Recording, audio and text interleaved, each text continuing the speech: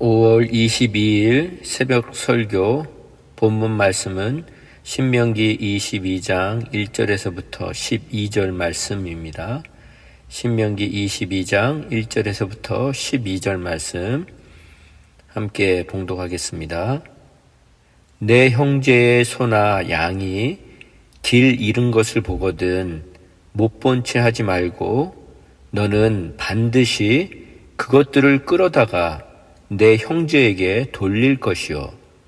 내 형제가 내게서 멀거나 또는 내가 그를 알지 못하거든 그 짐승을 내 집으로 끌고 가서 내 형제가 찾기까지 내게 두었다가 그에게 돌려줄지니 낙이라도 그리하고 의복이라도 그리하고 형제가 잃어버린 어떤 것이든지 내가 없거든 다 그리하고 못 본 채 하지 말 것이며 내 형제의 낙이나 소가 길에 넘어진 것을 보거든 못 본 채 하지 말고 너는 반드시 형제를 도와 그것들을 일으킬지니라. 여자는 남자의 의복을 입지 말 것이요 남자는 여자의 의복을 입지 말 것이라. 이같이 하는 자는 내 하나님 여호와께 가증한 자이니라. 길을 가다가 나무에나 땅에 있는 새의 보금자리에 새 새끼나 알이 있고 어미새가 그의 새끼나 알을 품은 것을 보거든 그 어미새와 새끼를 아울러 취하지 말고 어미는 반드시 놓아줄 것이요 새끼는 취하여도 되나니 그리하면 내가 복을 누리고 장수하리라. 내가 새 집을 지을 때에 지붕에 난간을 만들어 사람이 떨어지지 않게 하라. 그 피가 내 집에 돌아갈까 하노라. 내 포도원에 두 종자를 섞어 뿌리지 말라. 그리하면 내가 뿌린 씨의 열매와 포도원의 소산을 다 빼앗길까 하노라. 너는 소와 나귀를 결의하여 갈지 말며 양털과 배실로 섞어 짠 것을 입지 말지니라. 너희는 너희가 입는 겉옷에 내 귀에 술을 만들지니라. 아멘. 오늘은 관리가 아닌 관심으로 라는 제목으로 말씀을 나누겠습니다. 관리가 아닌 관심으로. 먼저 오늘 본문의 내용들은 언뜻 보기에는 현재 우리의 삶과는 동떨어진 내용들입니다. 본문을 미리 읽어보신 분들은 제 말의 의미를 충분히 이해하시리라 생각되어집니다.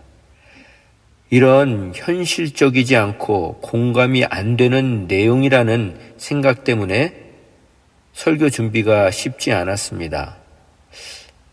그런데 늘 그렇듯이 하나님은 우리의 좁은 시각을 뛰어넘어 역사하실 수 있는 분이시라는 기대를 가지고 말씀 앞에 머무르고 있다 보니 저의 좁고 얕은 삶의 지식과 경험을 뛰어넘는 성령님의 종명하심을 경험할 수 있게 되어서 또 한 번 하나님께 감사하는 시간이 되었습니다. 그럼 오늘은 본문을 중반 이후부터 살펴보고 앞부분을 나중에 살펴보겠습니다. 먼저 5절부터 12절까지를 살펴보고 그 다음에 전반부인 1절부터 4절까지를 살펴보도록 하겠습니다. 5절 말씀입니다. 여자는 남자의 의복을 입지 말 것이요 남자는 여자의 의복을 입지 말 것이라. 이같이 하는 자는 내 하나님 여호와께 가증한 자니라. 저희 집엔 여인 4분이 사십니다. 그리고 남자는 저 혼자입니다. 그래서 여성분들의 옷이 저희 집엔 훨씬 많습니다. 그렇게 여성분들의 옷을 많이 보게 되면서 깨달은 것은 여성분들의 옷이 훨씬 남성의 옷에 비해서 부드럽고 편하고 예쁜 색깔의 옷이 많아서 가끔 저는 저의 딸들의 옷을 입고 다니는데 정말 좋습니다. 그러면 제가 하나님 앞에 가증한 사람일까요? 이 말씀이 무슨 의미일까 우리가 한번 생각해 보길 원합니다. 5절의 말씀의 의미는 단순히 겉으로 보이는 옷만 아니라 남자가 여장을 하고 여자가 남장을 하는 것, 그리고 이성의 장신구를 쓰는 것뿐만 아니라 그것을 뛰어넘어서 하나님이 주신 자신의 고유한 성 정체성을 인정하지 않고 감사하지 않는 모든 행위와 태도를 하나님께서 가증스럽게 여기신다는 것입니다. 역겨워하신다는 것입니다. 싫어하신다는 것입니다. 그런 의미인 것입니다. 요즘처럼 옷이며 장신구며 화장품이며 신발 등이며 남녀 구분이 없는 시대에서 이런 말씀들은 정말 고리타분한 말씀처럼 여겨지는 것이 사실입니다.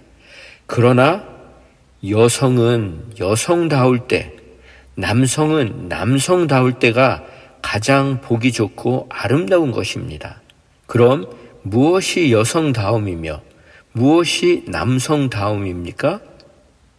이 질문에 대한 대답은 여러분 각자가 묵상해 보시기 바랍니다. 6절 말씀입니다. 길을 가다가 나무에나 땅에 있는 새의 보금자리에 새의 새끼나 알이 있고 어미새가 그의 새끼나 알을 품는 것을 보거든 그 어미새와 새끼를 아울러 취하지 말라고 하십니다. 어미새와 새끼새와 새 알까지 다 잡아가지 말라는 것입니다. 7절에 새끼는 취하여도 되지만 어미새는 반드시 놓아주라고 하는 것입니다. 왜 어미새를 놓아주라는 것입니까? 새끼가 더 불쌍하지 않습니까? 여기서 어미를 놓아주라는 의미는 어미는 다시 알을 낳을 수 있기 때문입니다. 어미를 놓아주어야 새들을 보존할 수 있고 사람도 다시 알을 얻을 수 있기 때문입니다. 알을 계속 낳을 수 있도록 보호해야 된다는 것입니다. 하나님은 인간의 욕심으로 생태계가 파괴되거나 종자가 끊어지는 것을 금하시는 것입니다. 적정 수준을 넘어서는 순간의 탐욕으로 피조세계에 폐해를 가져오지 말라는 것입니다. 그리하면 내가 복을 누리고 장수하게 된다는 것입니다. 8절 말씀입니다. 내가 새 집을 지을 때, 새가 사는 집이 아니고 새로운 집을 지을 때 지붕의 난간을 만들어 울타리를 만들라는 것입니다. 왜 그렇습니까? 사람이 떨어지지 않게 하라는 것입니다. 그렇게 난간을 만들지 않아서 사람이 떨어져서 사람이 죽게 되면 그 피가 그 죽음에 대한 이유를 당신에게 물을 수 있다는 것입니다. 우리는 뉴스를 통해서 비용을 아끼려고 불법을 행하거나 규정을 어겨서 이것이 사고로 이어져서 소중한 생명을 잃게 되는 일들을 계속해서 반복해서 보게 됩니다. 삼풍 백화점, 성수대교 붕괴, 아파트가 무너져 내리는 일 등 이런 모든 인재들, 또한 음주운전이나 과속, 그리고 이번 코로나 사태로 오히려 보행자의 사망 사고가 늘었다고 합니다. 노동 현장에서는 비용을 아끼려다가 안전수칙을 어겨서 사고가 나는 경우도 많습니다.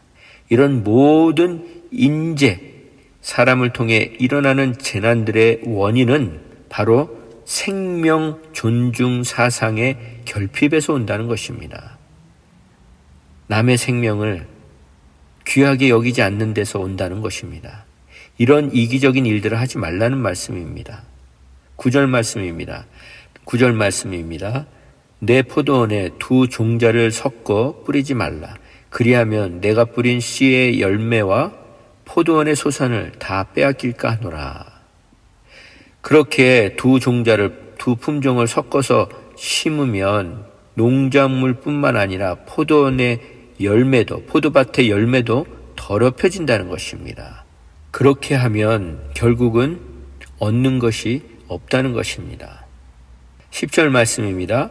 소와 나귀를 결의하여 갈지 말며, 결의는 소 2마리가 끄는 쟁기를 말합니다. 결의하여 라는 뜻은 결합되다, 연결하다 라는 뜻의 야하대에서 파생된 단어로서 함께 라는 뜻이 있습니다. 본문에서는 그렇게 소와 나귀를 한 멍에에 매어 밭을 갈지 말라는 것입니다. 이 금지 명령은 소와 나귀가 힘이 균등하지 않기 때문일 수도 있고, 그리고 소는 정결하지만 나귀는 부정하기 때문이라는 견해도 있습니다. 11절 말씀입니다. 양털과 배실로 섞어 짠 것을 입지 말지니라. 양털은 양이나 염소 털을 말하고 배실은 식물에서 나온 섬유를 말합니다. 이것을 섞어서 옷을 만들지 말고, 그리고 그렇게 만들어진 옷을 입지도 말라고 하시는 것입니다. 너희는 너희가 입는 겉옷에 내 귀에 술을 만들지니라. 술이라는 것은 우리가 요즘 쓰고 있는 쿠션이나 옷 등에 다는 장식을 말합니다. 실을 꼬아서 만든 끈 또는 줄을 얘기하는데요. 하나님의 법도를 기억하는 도구로 이 술을 사용했다고 합니다. 그러면 이제부터는 1절부터 말씀을 살펴보겠습니다. 내 형제에게, 여기서 형제라는 말이 1절부터 4절까지만 해도 6번이나 나옵니다. 그것은 형제라는 의미를 중요하게 강조하고 있는 것입니다. 그런 본문에서의 형제라는 의미를 먼저 아는 것이 중요합니다. 본문에서의 형제라는 의미는 피를 나눈 한 배에서 태어난 친형제, 친족이라는 좁은 의미가 아니라 동족이라는 넓은 의미를 말합니다. 지금으로 말한다면 함께 살아가고 있는 이웃과 우리가 속해 있는 지역의 모든 사람들도 포함되는 의미입니다. 그래서 오늘 말씀은 우리가 인생을 살아가면서 만나는 모든 사람들이라고 보는 것이 제가 말씀을 묵상하고 내린 결론입니다. 그럼 그런 시각으로 계속해서 말씀을 살펴보겠습니다. 내 형제의 소나 양이 길 잃은 것을 보거든 못 본 채 하지 말고 당신은 반드시 그것들을 끌어다가 내 형제에게 돌려주라는 것입니다. 그런데 2절에 내 형제가 내게서 멀거나 멀리 살거나 또는 내가 그를 알지 못하거든 그 양이나 소의 주인을 모르거든 그래도 모른 척 하지 말고 그 짐승을 내 집으로 끌고 가서 내 형제가 찾기까지 당신이 그 짐승을 보관해 두었다가 주인이 나타나면 돌려주라는 것입니다. 그 말은 주인이 나타날 때까지 그 짐승을 돌보고 잘 먹이고 관리를 하다가 주인이 나타나면 미련 없이 반드시 돌려주라는 말씀인 것입니다. 그런데 3절에 보면 소나 양만이 아니라 나귀도 그렇게 하고 의복, 옷이라도 그렇게 하고 형제가 잃어버린 것은 어떤 것이든지 무엇이든지 다 그렇게 돌려주고 못 본 채 그냥 지나가지 말라는 것입니다. 또한 4절 말씀은 길을 가다가 내 형제의 나귀나 소가 길에 넘어진 것을 보거든 못 본 채 하지 말고 너는 반드시 형제를 도와 그것들을 일으킬지니라 라고 말씀하십니다. 그 당시에는 소나 나귀는 지금의 교통수단이나 운반수단과 마찬가지였기 때문에 소나 나귀의 등에 짐을 실어서 나르는 용도로 많이 사용했습니다. 그런데 간혹 짐이 너무 무겁거나 짐이 한쪽으로 쏠리면서 소나 나귀가 넘어지거나 주저앉게 되는 일들이 생기는데 그땐 넘어진 소나 나귀는 일어날 생각들을 안 하는 경우가 종종 있었고 그렇게 등에 짐이 실려 있던 그 소나 나귀가 주저앉아 있을 때 그 짐승들을 다시 일으켜 세우는 것은 혼자 하기는 쉽지 않은 일이었기 때문에 누군가의 도움이 절실히 필요한 순간이라는 말씀입니다. 그 순간에 이웃이 도움을 필요로 하는 그 순간에 도움의 손길을 외면하지 말라는 것입니다. 처음에 여기까지 본문을 읽고 나서 나는 소도 없고 양도 없고 지금 우리가 사는 동네엔 아무리 지나다녀도 이런 일들을 경험할 일들이 없는데 어떻게 말씀을 적용하나 하는 무지함이 스쳐 지나갔습니다.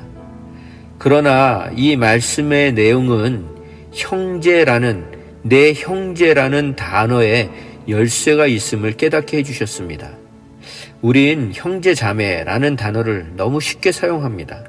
특히 예수 믿는 사람들에게 형제님, 자매님이라는 호칭은 아직 집사 직분을 받지 않은 초신자나 자기보다 나이 어린 사람들을 부르는 호칭으로 전락해버렸습니다. 그러나 본문에서 6번이나 강조해서 내 형제라고 말씀하신 이유는 우리 모두가 남녀노소를 불문하고 빈부 귀천을 초월해서 형제 자매라는 대의적인 의미로 사용된 것입니다. 그 말은 너는 너, 나는 나가 아니고 너는 나이고 나는 너이다 라는 의미인 것입니다. 그런 마음으로 매사에 우리에게 닥치는 일들과 만나는 사람들을 대한다면 우리는 반드시 우리 모두가 하나라는 지체의식을 갖게 되는 것입니다. 이것이 너무 중요합니다. 우리는 나와 남이라는 이분적인 사고방식 때문에 나누는 것을 너무 좋아합니다. 그래서 우리 가족, 우리 교회, 우리 나라, 우리 민족과 같이 울타리와 경계를 만들어서 살아갑니다. 그러나 하나님은 인간이 그렇게 살라고 창조하시지 않으셨습니다. 우리 모두의 조상은 아담과 이브이며 아담과 이브의 아버지는 하나님이시기 때문입니다. 우리가 그런 근본적인 시각으로 접근하면 너의 일, 나의 일의 구분이 없어집니다. 내 것, 네 것의 구분도 없어집니다. 그 말은 남의 일을 내 일로, 내 것을 남의 것으로 여기며 서로 존중하며 살 수 있다는 것입니다. 그런데 정작 우리가 살아가는 모습이나 현실은 이런 것들과는 거리가 멀어도 한참 멉니다. 믿는다는 우리들도 그 차이가 결코 좁아 보이지 않습니다. 오늘 저는 제목을 관리가 아닌 관심으로라고 정했습니다. 우리가 형제 자매라고 말하는 사람들, 즉 한 공동체 안에 있는 사람들끼리도 서로의 관계를 관심이 아닌 관리 차원에서 접근하는 것이 사실입니다. 많은 교회들이 성도들을 관리합니다. 그 이유는 일일이 관심을 갖는다는 것은 피곤한 일이기 때문입니다.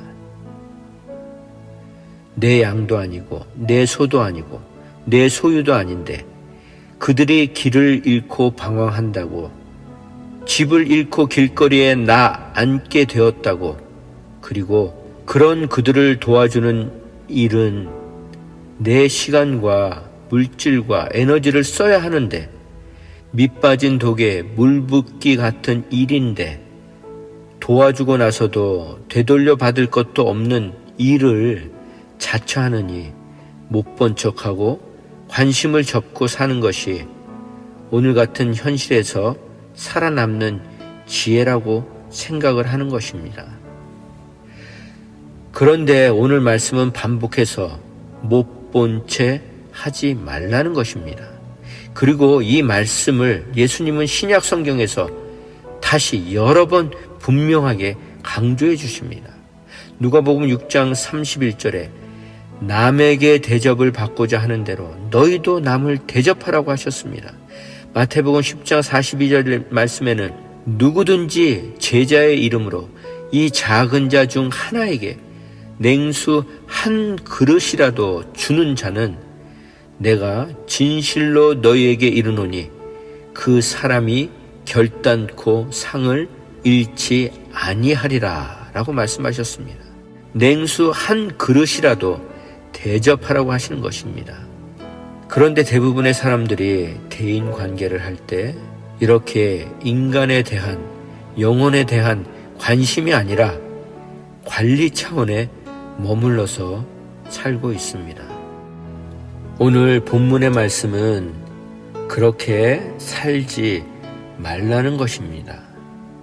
의식적으로 외면하거나 무시하거나 무관심하거나 냉담하게 대하지 말라는 것입니다.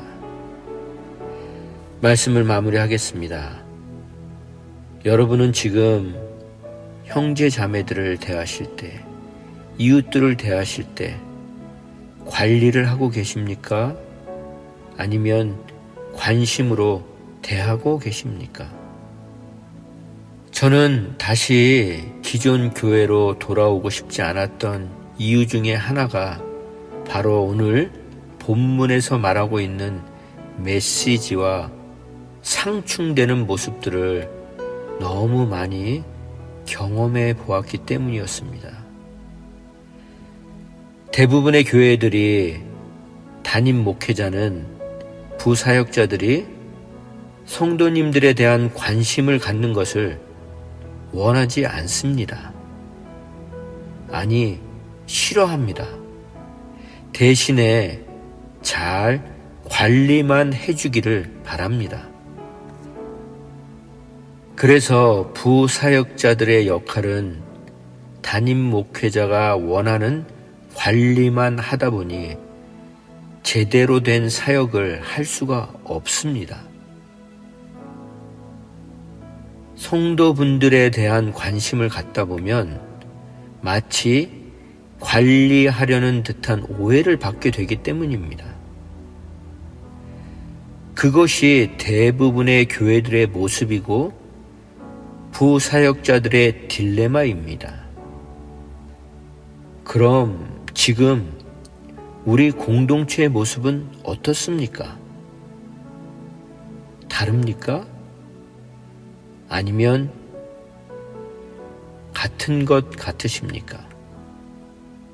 그리고 앞으로의 우리 공동체가 지향해야 할 모습은 현재의 우리의 모습입니까? 아니면 달라져야 하는 모습입니까? 저는 이 부분에 대해 답변을 드리기보다 여러분이 진지하게 고민해 보시기를 원합니다. 우리는 공동체 안에서 형제 자매라고 말은 하지만 얼마나 삶을 나누고 있습니까? 우리 사역자들은 관리를 하고 있습니까? 관심으로 대하고 있는 것 같으십니까? 하나님은 분명하게 우리 공동체에게 새 일을 행하시겠다고 약속해 주셨습니다. 그 새 일은 바로 새 포도주를 우리 지체들과 공동체에게 담아주시는 것입니다. 새 포도주에 사로잡혀야, 바로 성령에 붙들려야 우린 진정 그리스도인다운 삶을 살 수 있습니다. 그럼 새 포도주를 담는 방법은 무엇입니까? 그것은 바로 새 부대가 되는 것입니다. 그런데 새 부대가 되는 것은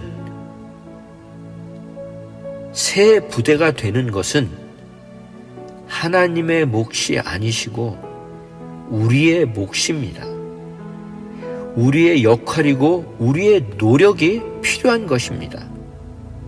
그렇게 우리가 새 부대가 되기로 작정하고 결단하고 서로 실천해 나갈 때, 그래서 새 부대, 새 마음, 새 영혼, 새로운 공동체의 모습으로 준비되었을 때, 그때 바로 하나님께서 새 포도주를 담아주신다는 것입니다.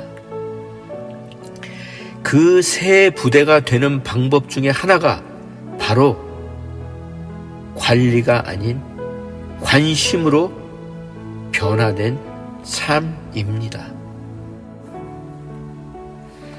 아무쪼록 저와 여러분의 삶이 대인 관리, 사람 관리, 고객 관리가 아닌 영혼에 대한 관심과 배려와 마음으로부터 우러나오는 섬김으로 가득한 삶이 되시기를 주님의 이름으로 간절히 축원드립니다. 함께 기도하겠습니다. 하나님, 너는 나, 나는 너. 그렇게 우린 모두 하나라는 사실을 잊지 않게 하여 주시옵소서. 그렇게 누군가를 배려하는 것이 나 자신을 배려하는 것임을 알게 하여 주시옵소서. 그렇게 서로의 마음을 알아주고 읽어주고 공감하며 살아가는 진정한 형제 자매와 친구로 살게 하여 주시옵소서. 그래서 친구를 위해, 형제 자매를 위해 대신 죽는 것보다 더 큰 사랑이 없다는 주님의 말씀이 우리 개인의 삶과 우리 가정과 우리 공동체 가운데 아름답게 이루어지게 하여 주시옵소서. 예수님의 이름으로 기도했습니다. 아멘.